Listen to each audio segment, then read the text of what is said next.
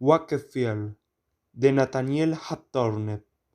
Recuerdo haber leído en alguna revista o periódico viejo la historia, relatada como verdadera, de un hombre, llamémoslo Wakefield, que abandonó a su mujer durante un largo tiempo. El hecho, expuesto así en abstracto, no es muy infrecuente, ni tampoco, sin una adecuada discriminación de las circunstancias, debe ser censurado por díscolo o absurdo. Sea como fuere, aunque lejos de ser el más grave, es tal vez el caso más extraño de delincuencia marital de que haya noticia, y es, además, la más notable extravagancia de las que puedan encontrarse en la lista completa de las rarezas de los hombres. La pareja en cuestión vivía en Londres. El marido, bajo el pretexto de un viaje, dejó su casa, alquiló habitaciones en la calle siguiente y allí, sin que supieran de él la esposa o los amigos, y sin que hubiera ni sombra de razón para semejante autodestierro, vivió durante más de 20 años. En el transcurso de este tiempo, todos los días contempló la casa y con frecuencia atisbó a la desamparada esposa. Y después de tan largo paréntesis en su felicidad matrimonial, cuando su muerte era dada ya por cierta, su herencia había sido repartida y su nombre borrado de todas las memorias, cuando hacía tantísimo tiempo que su mujer se había resignado a una viudez otoñal, una noche él entró tranquilamente por la puerta, como si hubiera estado afuera solo durante el día, y fue un amante esposo hasta la muerte. Este resumen es todo lo que recuerdo, pero pienso que el incidente, aunque manifiesta una absoluta originalidad sin precedentes, y es probable que jamás se repita, es de esos que despiertan las simpatías del género humano. Cada uno de nosotros sabe que, por su propia cuenta, no cometería semejante locura, y, sin embargo, intuye que cualquier otro podría hacerlo. En mis meditaciones, por lo menos, este caso aparece insistentemente, asombrándome siempre y siempre acompañado por la sensación de que la historia tiene que ser verídica y por una idea general sobre el carácter de su héroe.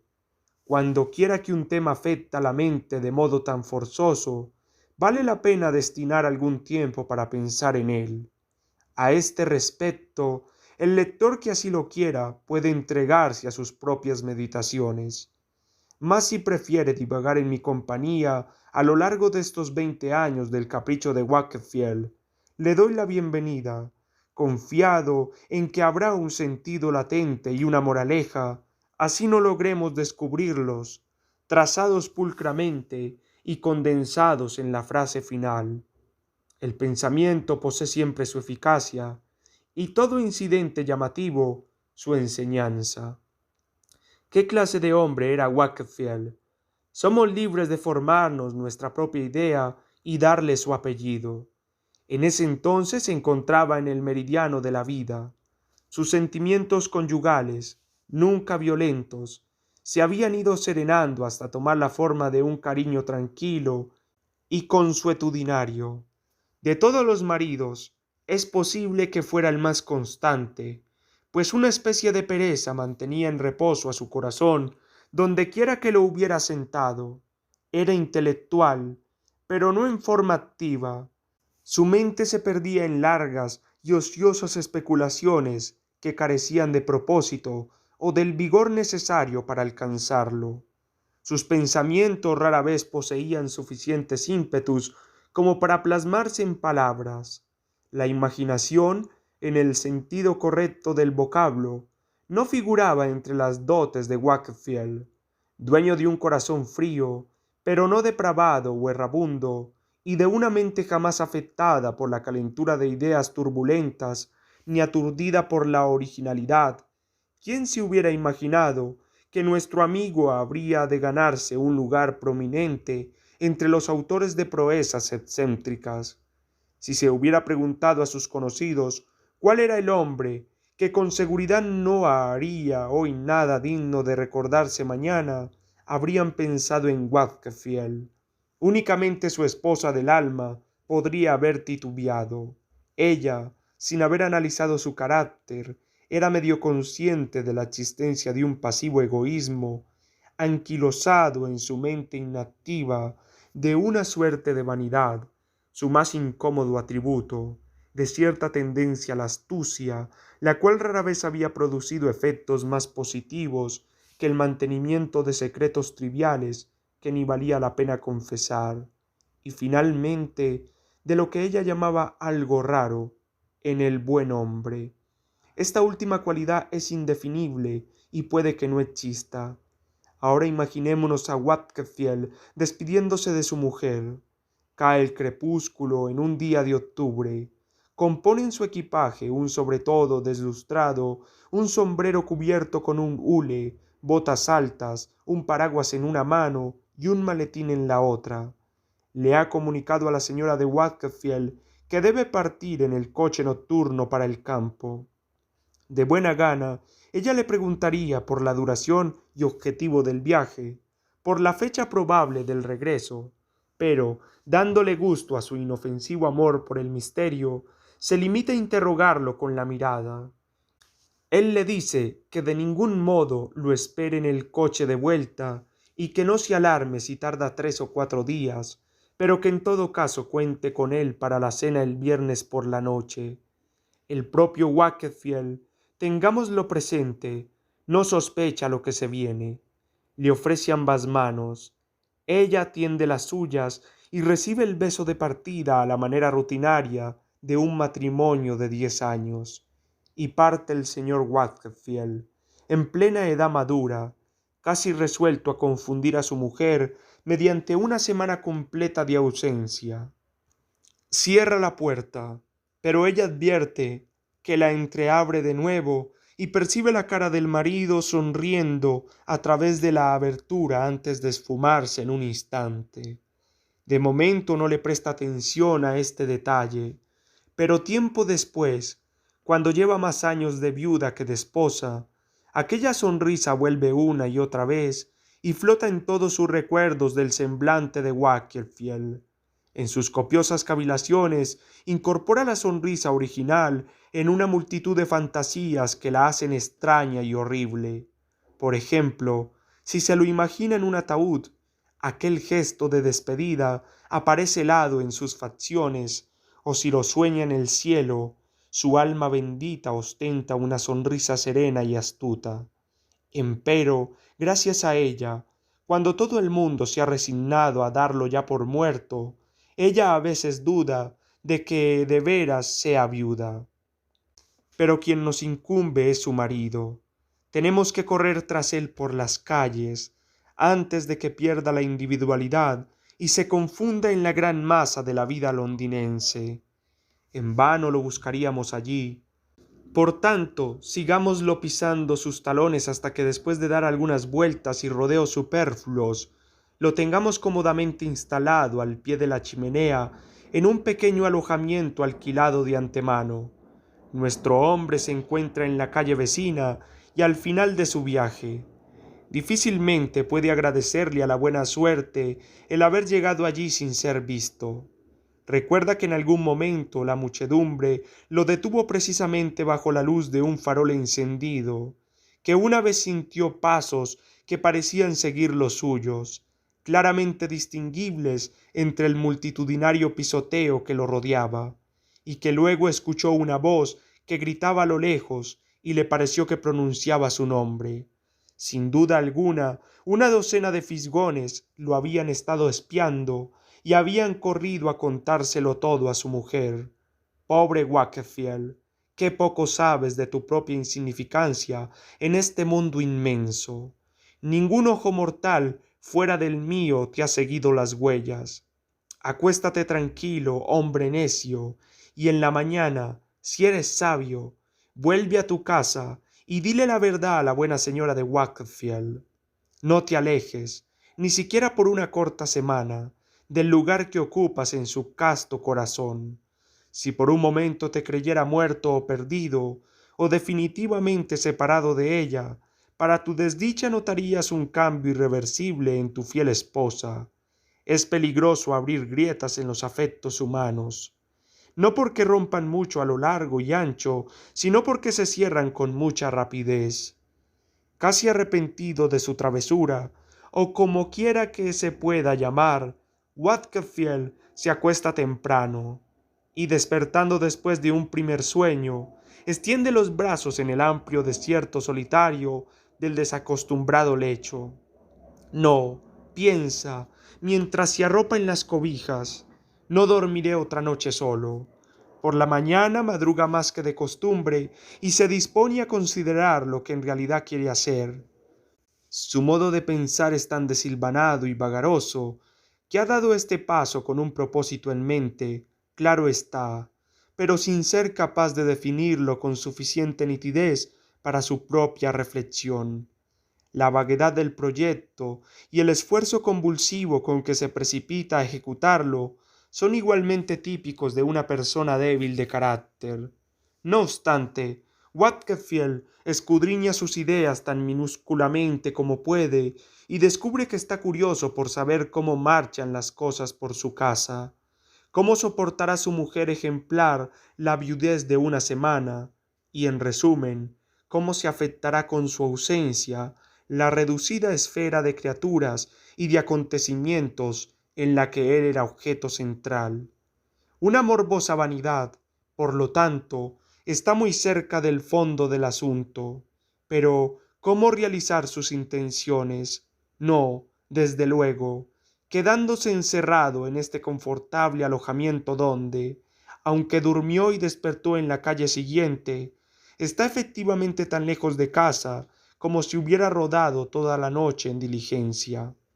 Sin embargo, si reapareciera echaría a perder todo el proyecto. Con el pobre cerebro embrollado, sin remedio por este dilema, al fin se atreve a salir, resuelto en parte a cruzar la bocacalle y echarle una mirada presurosa al domicilio desertado.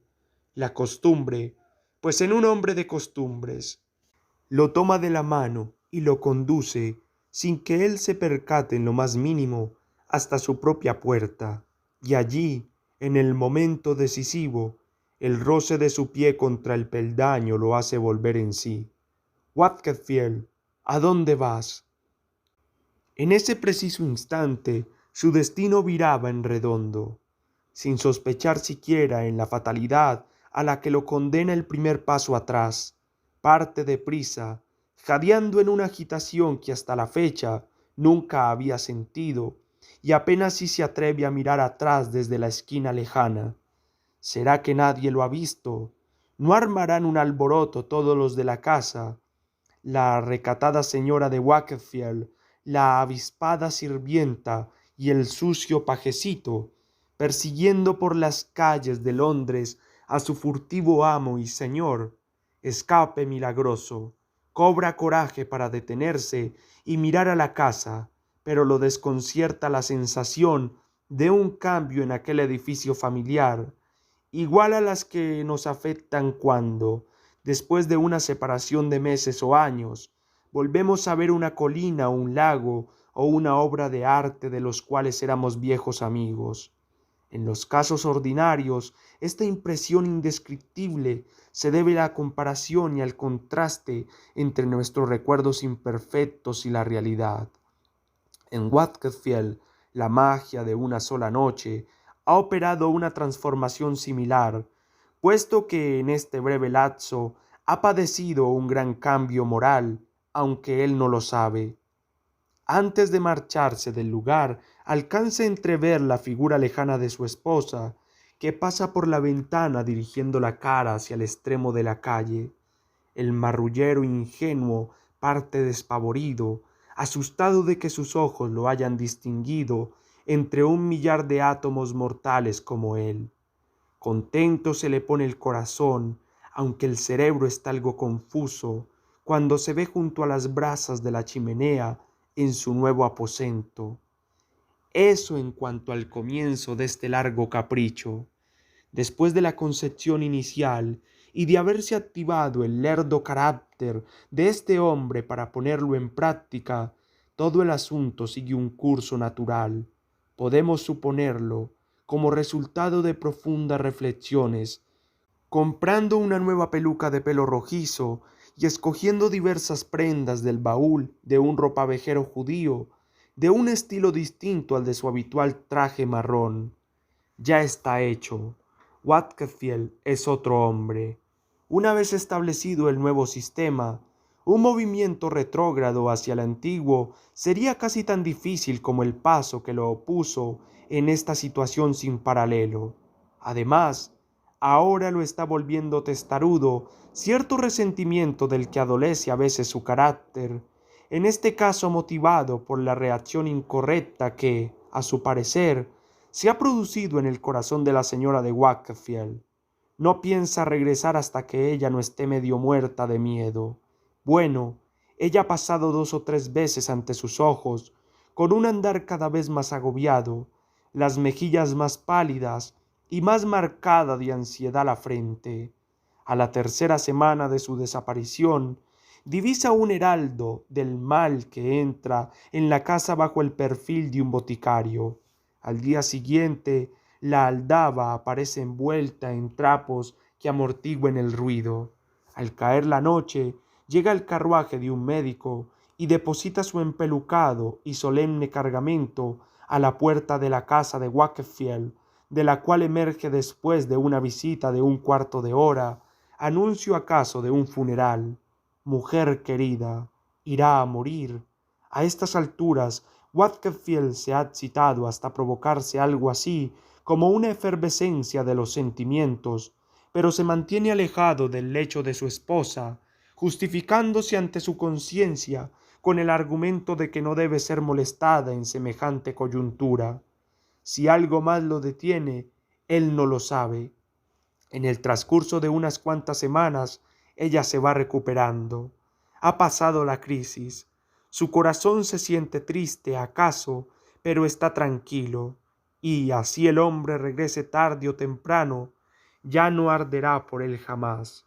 Estas ideas fulguran cual relámpagos en las nieblas de la mente de Wakefield y le hacen entrever que una brecha casi infranqueable se abre entre su apartamento de alquiler y su antiguo hogar.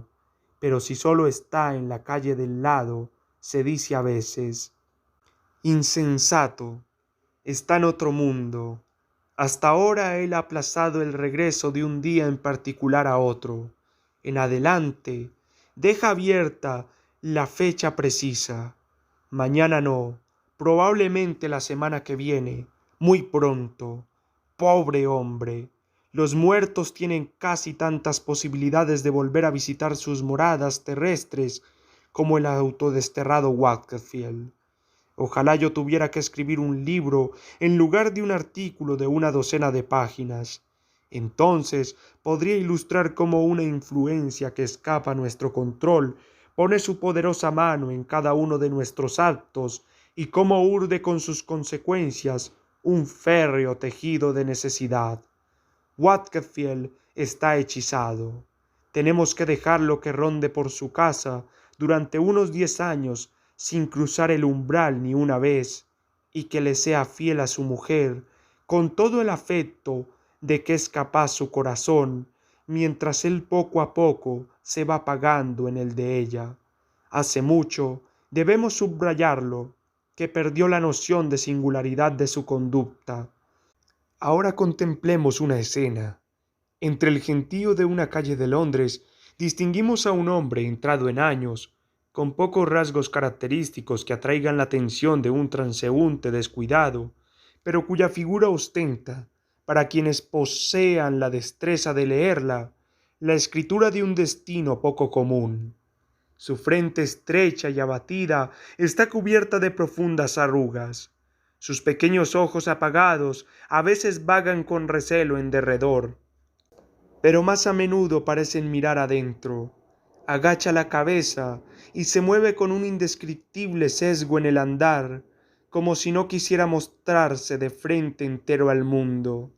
Obsérvelo el tiempo suficiente para comprobar lo que hemos descrito y estará de acuerdo con que las circunstancias, que con frecuencia producen hombres notables a partir de la obra ordinaria de la naturaleza, han producido aquí uno de estos seres.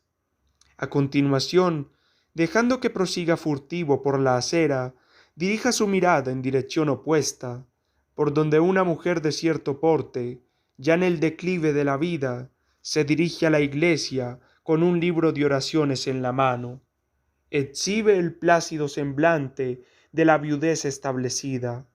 Sus pesares o se han apagado o se han vuelto tan indispensables para su corazón que sería un mal trato cambiarlos por la dicha.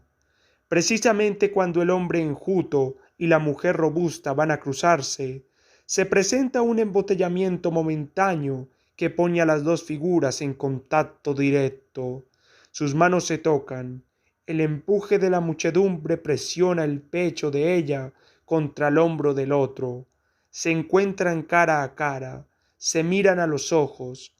Tras 10 años de separación, es así como Wakefield tropieza con su esposa. Vuelve a fluir el río humano y se los lleva cada uno por su lado.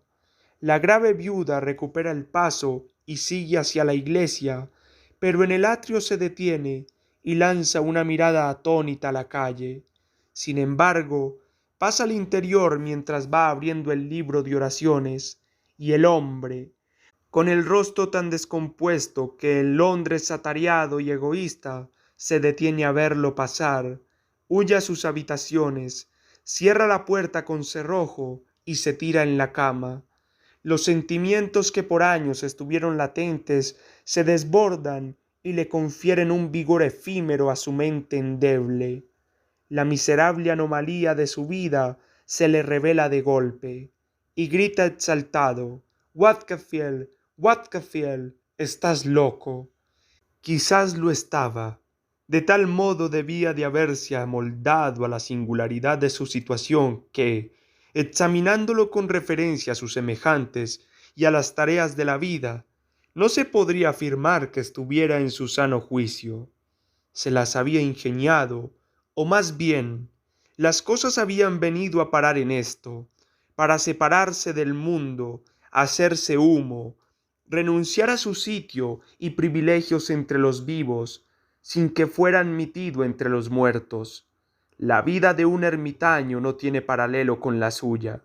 Seguía inmerso en el tráfago de la ciudad como en los viejos tiempos, pero las multitudes pasaban de largo sin advertirlo. Se encontraba, digámoslo en sentido figurado, a todas horas junto a su mujer y al pie del fuego, y sin embargo nunca podía sentir la tibieza del uno ni el amor de la otra. El insólito destino de Wakefield fue el de conservar la cuota original de afectos humanos y verse todavía involucrado en los intereses de los hombres, mientras que había perdido su respectiva influencia sobre unos y otros. Sería un ejercicio muy curioso determinar los efectos de tales circunstancias sobre su corazón y su intelecto, tanto por separado como al unísono. No obstante, cambiado como estaba, rara vez era consciente de ello y más bien se consideraba el mismo de siempre. En verdad, a veces lo asaltaban vislumbres de la realidad, pero solo por momentos, y aun así insistía en decir: «Pronto regresaré», sin darse cuenta de que había pasado 20 años diciéndose lo mismo. Imagino también que, mirando hacia el pasado, estos 20 años le parecían apenas más largos que la semana por la que en un principio había proyectado su ausencia. Wakefield consideraría la aventura como poco más que un interludio en el tema principal de su existencia. Cuando, pasado otro ratito, juzgara que ya era hora de volver a entrar a su salón, su mujer aplaudiría de dicha al ver al veterano señor Wakefield. ¡Qué triste equivocación! Si el tiempo esperara hasta el final de nuestras locuras favoritas, todos seríamos jóvenes hasta el día del juicio. Cierta vez, pasados 20 años desde su desaparición, Wakefield se encuentra dando el paseo habitual hasta la residencia que sigue llamando suya. Es una borrascosa noche de otoño. Caen chubascos que golpetean en el pavimento y que escampan antes de que uno tenga tiempo de abrir el paraguas. Deteniéndose cerca de la casa, Wakefield distingue a través de las ventanas de la sala del segundo piso el resplandor rojizo y oscilante y los destellos caprichosos de un confortable fuego. En el techo aparece la sombra grotesca de la buena señora de Wakefield. La gorra, la nariz, la barbilla y la gruesa cintura dibujan una caricatura admirable que, además, baila al ritmo ascendente y decreciente de las llamas, de un modo casi en exceso alegre para la sombra de una viuda entrada en años. En ese instante cae otro chaparrón que, dirigido por el viento inculto, pega de lleno contra el pecho y la cara de Wakefield. El frío otoñal le cala hasta la médula. Va a quedarse parado en ese sitio, mojado y tiritando, cuando en su propio hogar arde un buen fuego que puede calentarlo, cuando su propia esposa correría a buscarle la chaqueta gris y los calzones que con seguridad conserva con esmero en el armario de la alcoba. No, Wakefield no es tan tonto. Sube los escalones, con trabajo. Los 20 años pasados desde que los bajó le han entumecido las piernas, pero él no se da cuenta. Detente, Wakefield. Vas a ir al único hogar que te queda. Pisa tu tumba entonces. La puerta se abre.